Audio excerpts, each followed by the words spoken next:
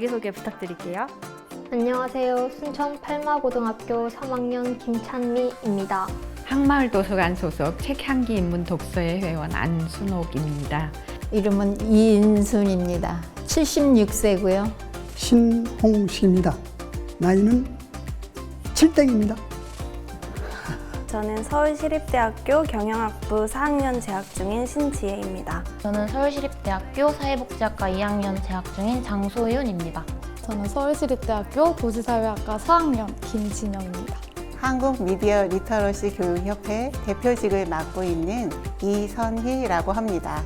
구암중학교 2학년에 재학 중인 김재희입니다. 신림중학교 2학년 윤혜원입니다. 서울성도중학교 2학년 김은서입니다. 저는 영훈국제중학교 2학년에 재학 중인 박유비입니다. 서울청운초등학교 6학년 박마리입니다. 여러분, 뉴스일기 공모전에 참여하게 된 계기가 정말 궁금한데요. 지난 해에 저희 딸이 이사장상을 타면서 칼럼노트에 다시 한번 확신을 갖는 계기가 있었어요. 그때 이제 제가 저희 아이들한테 우리도 한번 올해 도전해볼까? 제가 이렇게 제안을 했고요. 종이 신문을 읽고 내 생각을 간단하게 정리하는 그런 노트를 말해요. 고등학교 1학년 때 통합사회 이경훈 선생님께서 한번 뉴스일기에 도전해보는 거 어떠냐고 여쭤보셨는데 아쉬웠다는 생각이 들어서 2차 때 다시 한번 도전하게 되었습니다. 이제 언론에 관심이 있다 보니까 관련 공모전을 또 찾아보게 되었고 이 뉴스일기 공모전을 알게 되어서 참가를 하게 되었습니다. 도서관에서 자서전 쓰기 강의가 있었어요. 거기서 그 이재현 선생님이 이 신문 일기를 주셔서 쓰게 됐어요. 일기장을 작성할 때 어떤 기준으로 뉴스를 선정한 건지 궁금하거든요. 우선 저는 기사를 선정하는데 굉장히 많은 시간을 투자를 하거든요. 우선 종이 신문도 읽고 이제 그 다음에 인터넷에서 여러 언론사의 어떤 뉴스들을 다 살펴봅니다. 뉴스 일기장에 담아낼 수 있을까를 생각하면서 가장 자신이 있는 주제로 골랐습니다. 이제 매주 카카오톡으로 원하는 기사를 2개씩 올려서 투표를 진행을 했어요. 그래서 그 기사를 올릴 때 이제 자기가 왜 이 기사를 선정을 했는지 그리고 이 기사에서 어떤 부분들을 분석을 하고 싶은지 그런 이유들을 간단히 적어서 카카오톡에 이제 투표를 올렸고 그런 6개 중에서 이제 2개를 선택을 해서 기사를 분석하였습니다. 관련해서 좀 궁금한 정보도 많고 연애 이런 것보다는 잘 모르는 막 정치 이런 걸 위주로 뭔가 선택하면은 사람들이 뭔가 정보를 더 많이 알 수 있지 않을까 해서 선택했습니다. 가장 기억에 남는 뉴스나 일기장 내용이 있는지 궁금한데 시사인에서 이제 코로나19 특집 기사를 이렇게 여러 차례 낸 적이 있는데 저희가 그 기사를 보고 궁금한 점이 되게 많았어요. 그래서 그 기사 내에서 연구를 담당하신 교수님께 직접 메일을 보내서 이제 질문을 해본 적이 있거든요. 근데 비록 답변은 오지 않았지만 그래도 그 다음 호 기사에서 저희가 여쭤본 그 질문들이 상당히 많이 반영돼서 기사가 많이 변했더라고요. 그래서 좀 뿌듯함이 들어서 그 기사가 가장 기억에 남습니다. 회신은 없었지만 영향이 있었다. 네, 그렇게 믿고 있습니다. 제2회 뉴스일기 공모전 왠지 나는 수상을 할 것 같았다. 하나, 둘, 셋. 솔직해야지 뭐. 이게 아무래도 공모전이다 보니까 하나하나 신경을 쓰다 보니까 뭔가 글씨체도 마음에 안 들고 항상 뭔가 내용도 이상한 것 같고 그리고 오빠께 뭔가 좀 더 잘 쓴 것 같아서 오빠는 받을 것 같은데 나는 못 받을 것 같고 그래서 다른 글씨상이라도 받으면 좋겠다 그렇게 생각을 했었는데 받게 되었어요. 저희는 정말 즐겁게 썼거든요. 그래서 즐기는 자는 아무도 못 이긴다 그러니까 상을 받지 않을까 기대를 했는데 막상 수상 소식을 들으니까 되게 놀랐고 이 상을 우리가 받아도 되나 그냥 놀랐던 것 같아요, 많이. 열심히 쓰긴 썼거든요. 열정이라는 말이 나한테 어울린다고 생각했어요. 밤마다 잠이 안 오면 남편이 말릴 정도로 병난다고 말릴 정도로 그렇게 열심히 썼습니다. 인터넷에 검색해보니까 뭔가 더 되게 잘하시는 분들이 많아가지고 이번에는 불가능할 것 같다 생각했습니다. 그때 확인을 해보니까 제일 위에 제 이름이 있었어요. 그랬는데 그게 동명이인이 아닐까 싶어가지고 걱정이 됐는데 그때 뭔가 열심히 해서 느낀 보람 때문에 그랬는지 눈물이 났습니다. 그때 1년 만에 이사장상을 받게 됐잖아요. 네. 그 혹시 비결이 있을까요? 2차 때는 좀 더 아이디어를 생각해서 8가지 방법으로 일기를 작성했습니다. 카카오톡이나 편지, 그리고 마인드맵, 자유로운 정리, 나의 창작품, 그리고 기사 스크랩 등등. 네, 등등. 뉴스 일기장 쓰다가 포기하고 싶었던 적이 있다. 하나, 둘, 셋.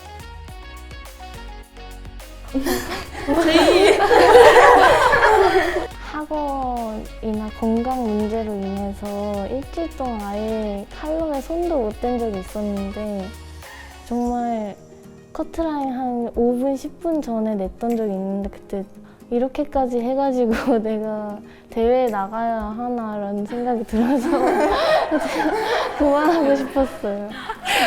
그랬구나. 사실 이제 일기를 쓴다는 것은 상당히 심층적인 분석을 해야 되고 또 거기에 대한 비판도 아울러서 해야 되고 그렇기 때문에 단순히 그냥 쓰는 거하고는 차원이 다르다. 그래서 처음에는 쉽게 생각하고 막 여러 분야를 다 하려고 했는데 막 그런 어려움이 있어서 저는 예술 분야로 특화했다라는 말씀을 드립니다. 나는 뉴스 일기 하면 생각나는 사람이 있다. 하나, 둘, 셋. 네. 혜원이 어떤 사람이 생각나나요? 저 선생님이 생각나요. 매주 새로운 방법을 제안해 주시기도 하고 또 보완해야 할 점을 말씀해 주셔가지고 선생님이 생각나는 것 같습니다.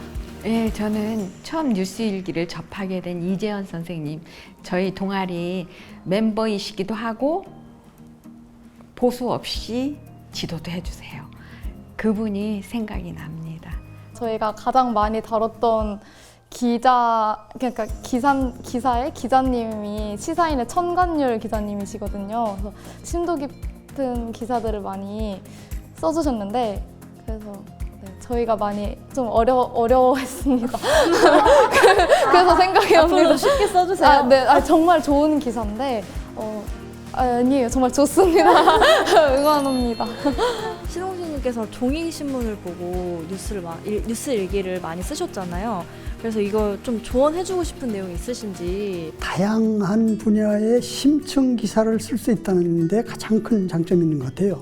저 신홍식님 말씀대로 다양한 분야, 내가 보고 싶지 않은 것도 봐지게 하는, 그래서 사고를 더 확장시킬 수 있고 편향되지 않을 수 있다.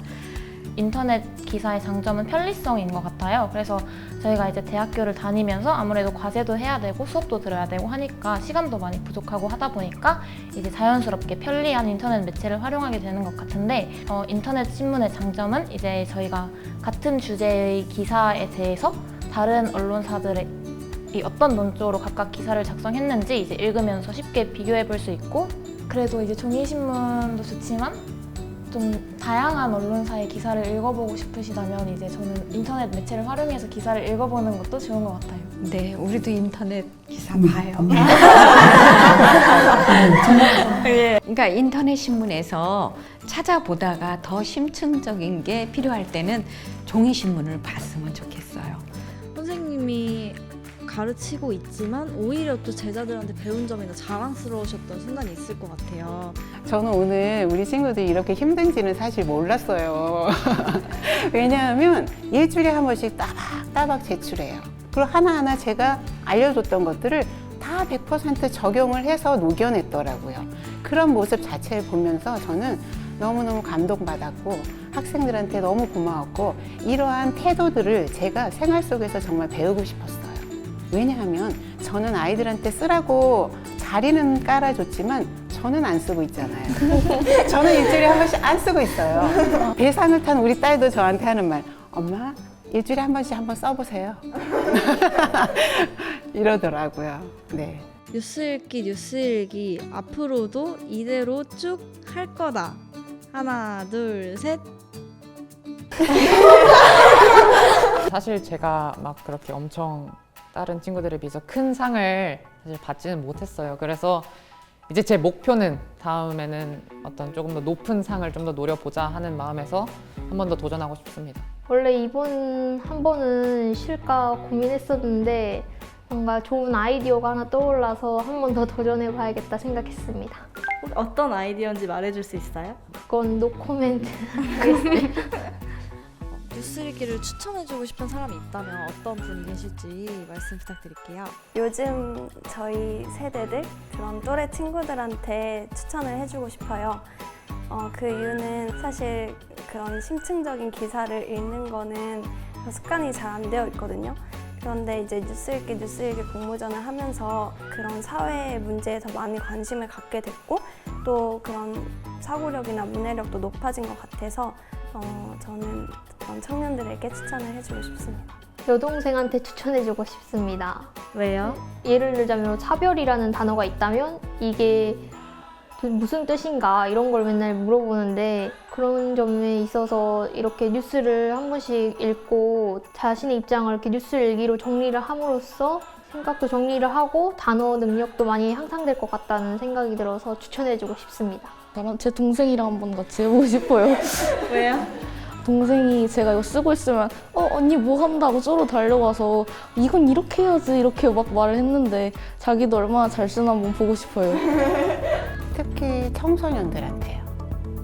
왜냐하면 청소년들은 아직 가치관이 형성이 되지 않은 친구들이잖아요. 이 친구들한테 이것을 정말 전국에 있는 청소년들한테 저는 다 알리고 싶어요. 왜냐하면 학원이나 사교육에 버리는 시간과 돈 이런 것들을 우리는 그렇게 투자하지 않아도 돼요. 뉴스 읽기라는 것, 신문을 읽고 자기 생각을 쓴다라는 것, 이 한 가지만 꾸준히 했을 때 그 효과는 정말 말로 다 표현할 수가 없거든요. 이해력뿐만이 아니라 부모님들이 원하는 학습 능력 뿐만 아니라 청소년들이 가져야 할 자제력, 자기 관리력 이런 모든 것들이 다 해결되는 것은 신문을 읽고 자기 생각을 꾸준히 쓰는 거예요.